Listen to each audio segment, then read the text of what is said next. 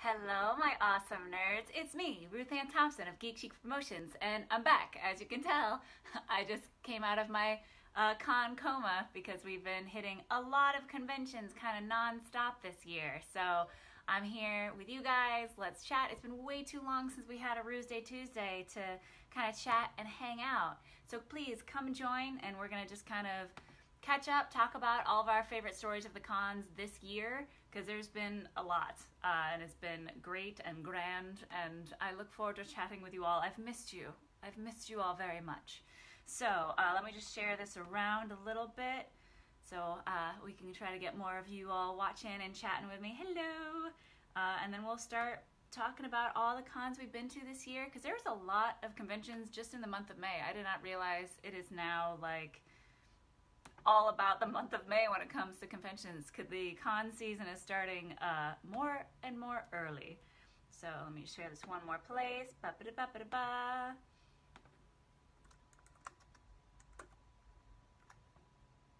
All right, hopefully this time I'll actually be able to see your comments, because when we were at MomoCon, I wasn't able to see your guys' comments, and it made me sad that I couldn't respond to all of you. So I have the comments thing here open, so please say hello once you get here. So to go over kind of everything. Oh, hey Joshua, what up? All right, crazy convention season already, and it's not even the 1st of June. So I know personally I hit Anime Los Angeles, Comic-Con Revolution West Palm Beach, Emerald City Comic-Con, WonderCon, PAX East, what else? There's so many. Fantasia Comic-Con, Free Comic Book Day, that whole weekend, and then Comic-Con Revolution and MomoCon just this last weekend. So, 6 months, 7 conventions. Let's do this.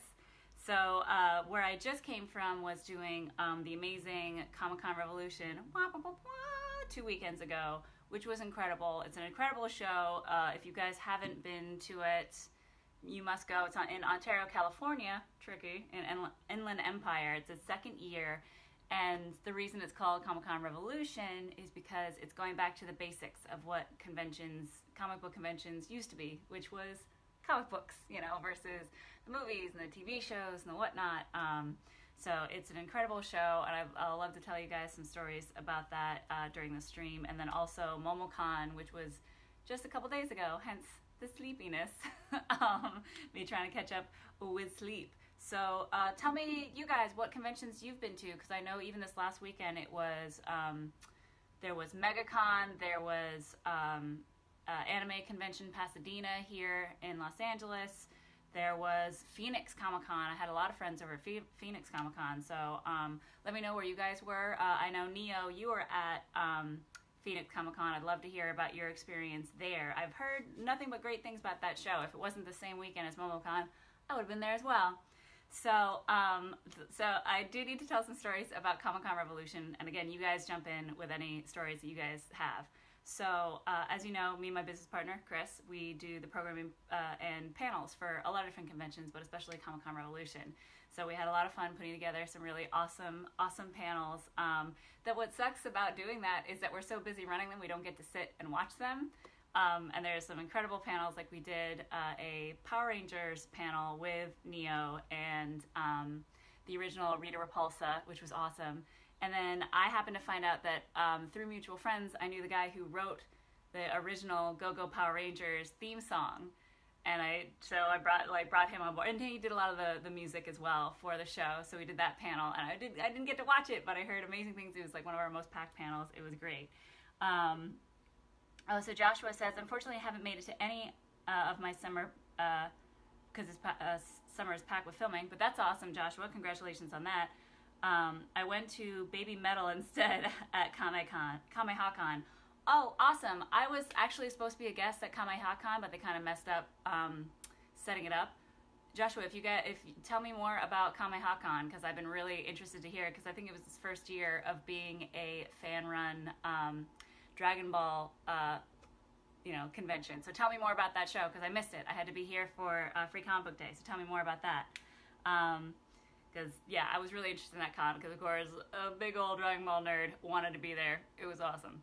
So, some of the other guests that we had at Comic-Con Revolution 2 weeks ago were great, which one was Sam Jones, a.k.a. a Flash Gordon. And at one point, you probably can't read it off of here, but at one point I walked past his table and he was like, pick one, and he signed this for me, and it just says, RuthAnn's Blessings. We had a lot of fun with him. He is the sweetest dude. He really wanted to come out and party nearly every night with us, but, you know, most of the time we're exhausted. He did come to our little after party on Saturday night, which was super fun. It was great seeing him and a bunch of other people there. And as usual, you know, us nerds like to tear it up. But, all right, so I'm going to go into some kind of sweet, sappy stories. Oh, hey, Eric, what up? So we're just telling stories about the conventions that we've been to thus far this year, since the Comic-Con season starts so much earlier every year. And as we've been joking about, as you can see, I'm just coming out of my con coma, a.k.a. no makeup, a.k.a. exhausted, but good exhausted. It's been an amazing, amazing year so far.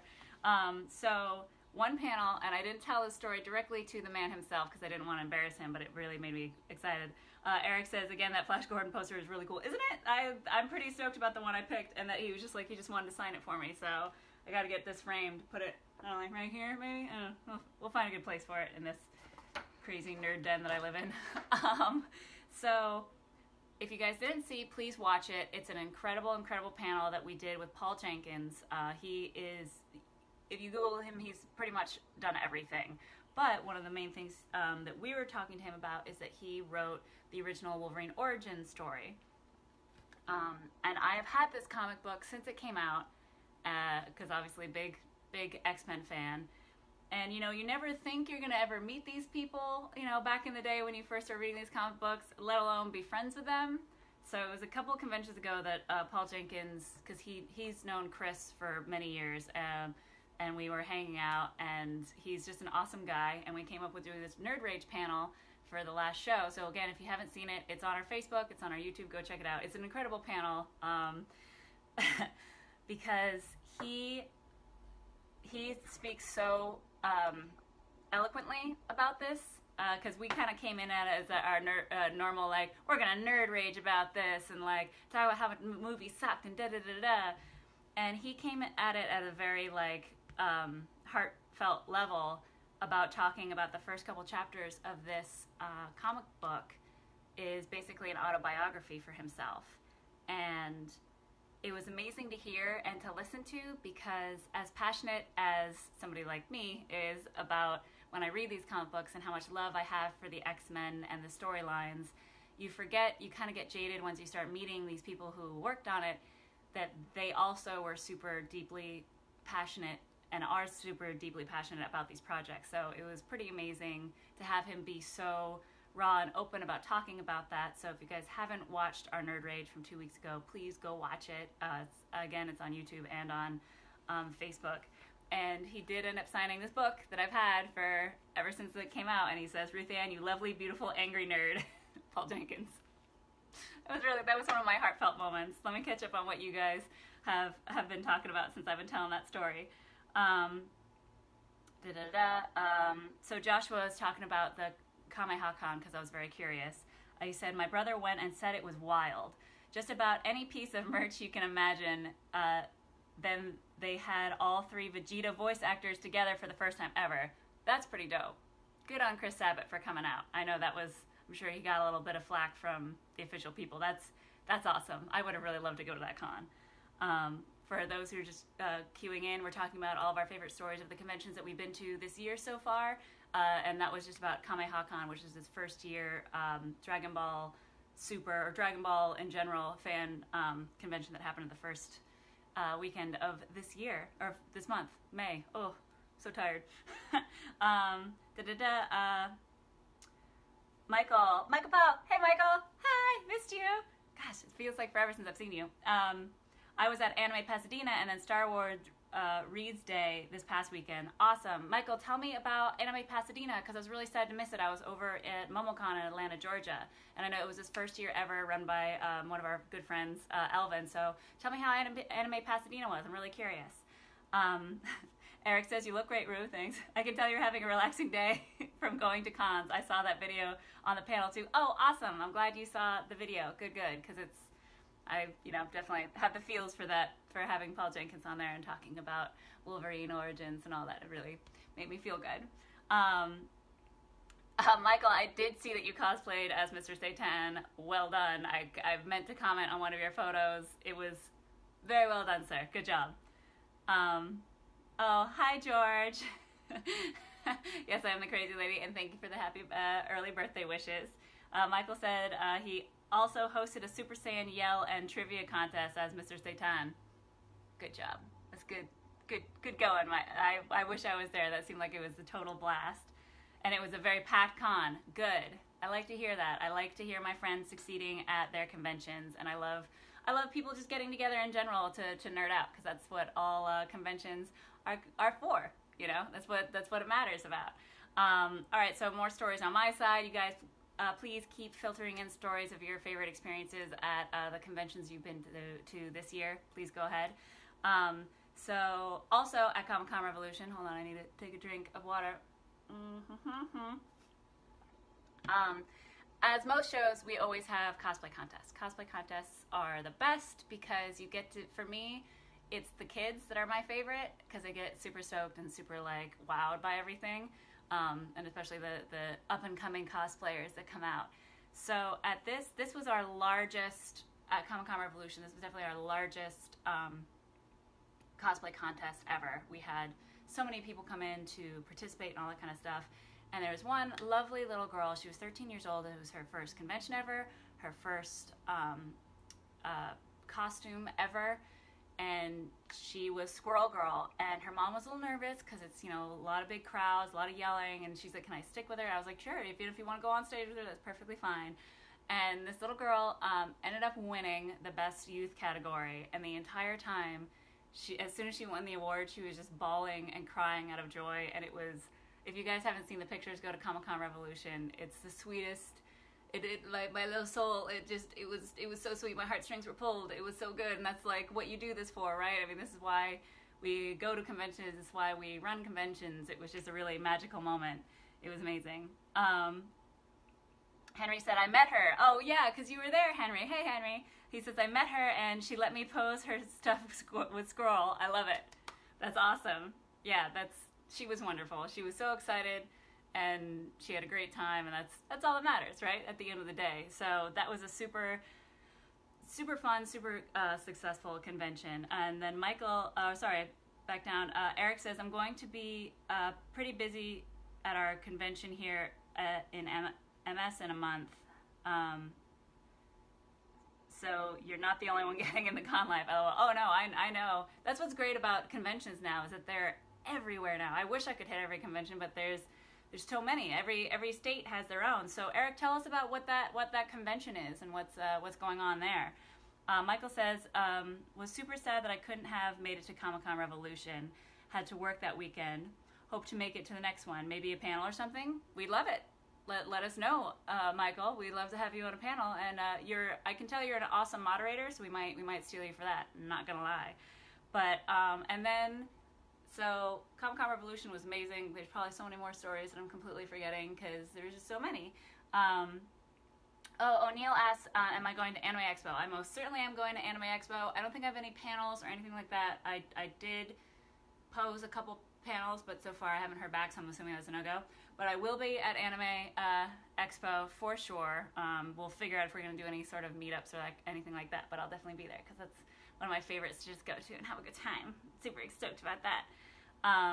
Henry said, speaking of the girl who won the Best Youth as Squirrel Girl, she wore the medal on Sunday. I didn't see that she wore the medal on Sunday. That's super sweet. That makes me really happy. Everybody got these gorgeous Comic-Con Revolution medals that are this big and to wear around their necks, which is adorable. O'Neill says he has his pass for Anime Expo. Huzzah! I will see you there. When is that? It's usually beginning of July, 4th of July, somewhere around there. I'm assuming same time, same bad channel. So I'm very much looking forward to that show too. That's a super super fun nerd riot and so packed. I would say Anime Expo is just as packed as San Diego Comic-Con. It's crazy. That's super good. And then so for my first time being an official guest of a show. My first time ever in Atlanta, Georgia, and first time at MomoCon was just this last weekend, and I went with the Robot Underdog crew. So it was me, Donnie, Rita, and Tyler, and it was a super good time. If you pay attention to Robot Underdog's page, and I think I posted up some fun stuff as well, there was a lot of really great stuff that happened. It was a whirlwind of nerdery, and MomoCon is that is a crazy convention. They have panels going until 4 a.m. There was a rave, a dance rave, which I don't know if it can be called that with just music, but I don't know. It was awesome. That went on until 4 a.m. on Saturday night as well. Me and Tyler rocked it out till 2:30 in the morning. Woo woo, dancing like fools. But that was an incredible convention as well. Okay, Michael says that sounds good. Let me know if you need mods or panelists. Of course, Michael. Always, friend, for next year's Comic-Con Revolution. Eric says, I will send you a link to our convention page. We're actually in our 5th year. Congratulations. We had many great guests. Also, I met Eric Vale Trunks last year. He's awesome. Yeah, he's pretty cool. I've only met him a couple times, but he probably doesn't remember me. It's fine. But yeah, that's awesome. Congrats, Eric. That's going to be super fun. We'd love to hear more about your convention, because again, that's what this is all about. I remember my first convention ever, which was New York Comic-Con, and my mind was blown, and I was like, oh, I found my people. I can say things, and they know what I'm talking about, instead of me just like letting my nerd hang out and then nobody knowing what I'm talking about. So that's good. More conventions, the better. I love it. And then, so at MomoCon, a couple of the really fun stories. There was, honestly, it was very sweet because I don't think a lot of East Coast people expected Robot Underdog to be there. And, you know, as usual, they didn't recognize us until they started talking to us. So there's a couple of really great moments where, like, one time I had my sunglasses on and we were flyering for the panel, and somebody was like, oh yeah, and this, that, the other, and like, I was like, oh, well, the actors will be there, and this, that, the other, and he's like, is the person playing Bulma gonna be there? I was like, yeah, yes, I am. And he's like, what? I'm like, I'm Bulma. He's like, no, you're not. Take off your glasses. And I took off my sunglasses. He's like, oh man, it is you. It's Bulma. It was cute. It was very fun. There were some very wonderful personal moments where, for example, when we were at the dance club rave party on Saturday night, we don't get to see Donnie and Rita really kick loose very often because they work so hard, guys, with Robot Underdog. They work so hard with the editing and the producing and everything that when they let loose, it's super fun and super funny. So there's a point where Donnie McMillan like stopped this whole circle of people around us to like prepare them for some sweet dance moves that he was gonna pull. He even stopped a dude from passing to wait for the beat to drop and when he danced. It was a fantastic nerdy dance, and nobody was impressed, and it was fantastic.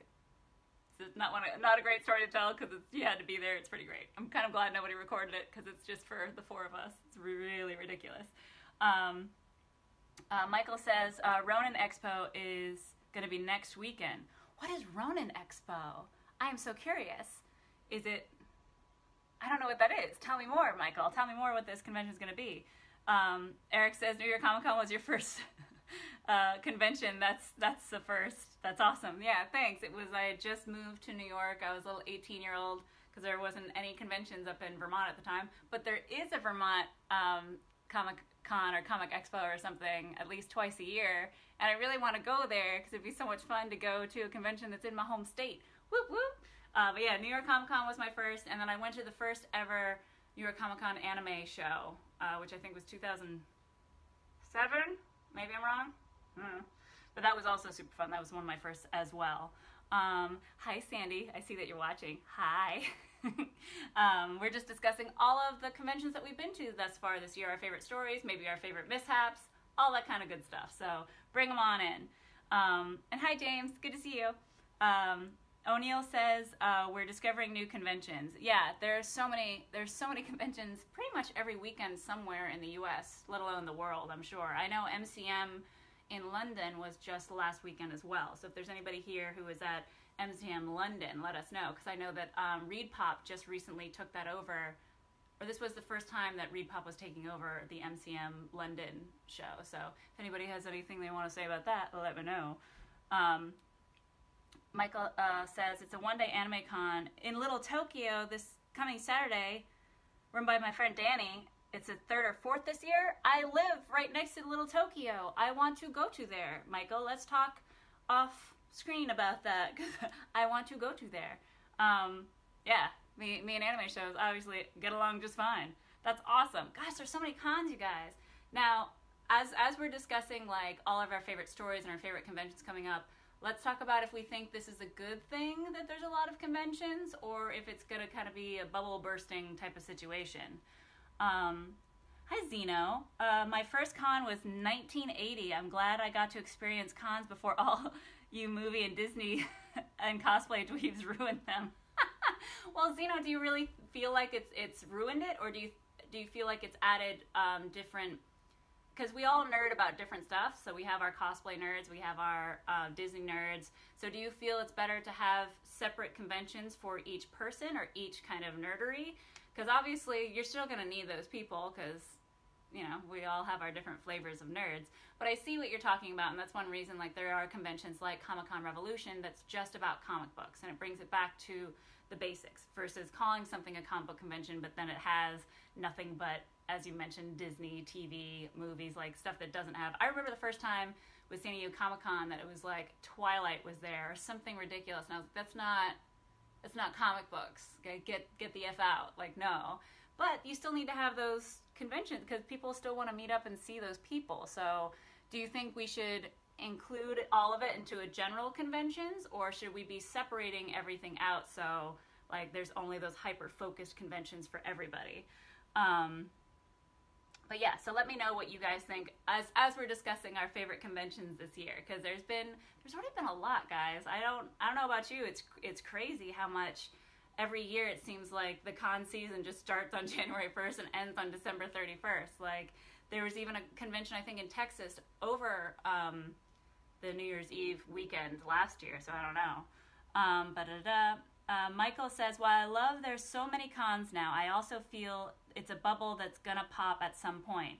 Don't get me wrong, I love going to cons, but every weekend I'm feeling burned out come July already. And that's true, because don't forget, like, we also have to pay to get into all of these.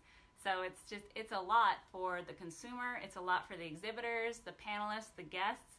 That's a lot. So maybe it's a bubble that's going to burst, or maybe it's that cons are going to get more focused on specifically what their con is going to be about. Eric says, we also have an anime fest here too, only once a year, of course, LOL. I have volunteered at our recent one in March, my birthday month, yeah. Happy belated birthday, Eric! And he says, con season starts much sooner. Michael, I agree with you, man. Yeah, I agree with Michael. I think it's something that's going to burst, but I'm hoping that the heart and soul of what is great about conventions continues, where it's not only a place for people to get together to buy certain items that they can't really buy anywhere else, which that has, I feel like Amazon and eBay and all that kind of stuff has changed that section of conventions a lot. Like that's changed what the show floor has done.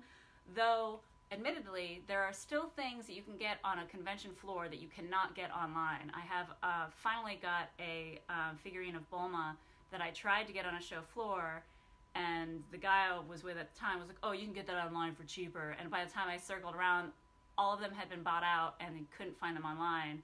Luckily, one of my friends got it for me for Christmas a couple years ago from like overseas craziness.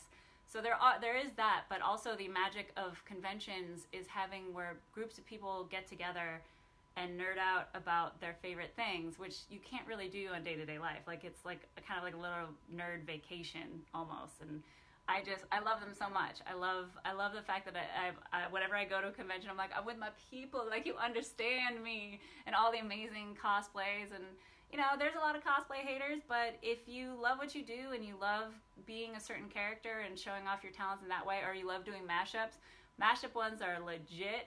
There's one picture I need to share that I absolutely loved of my favorite cosplay this weekend, even though there was so many gorgeous cosplays at MomoCon this weekend. There's one dude dressed up as the "Is this a pigeon" meme, and with the butterfly and everything, and it just says, "Is this a cosplay?" And it was like, that was some meta stuff. So for sure, let me catch up on some of your things.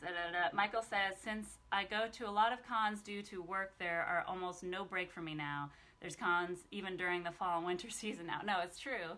Yeah, now that I work for conventions and at conventions, it used to be like a maybe once every other month thing, but now it's nearly twice a month. It's crazy. It's great.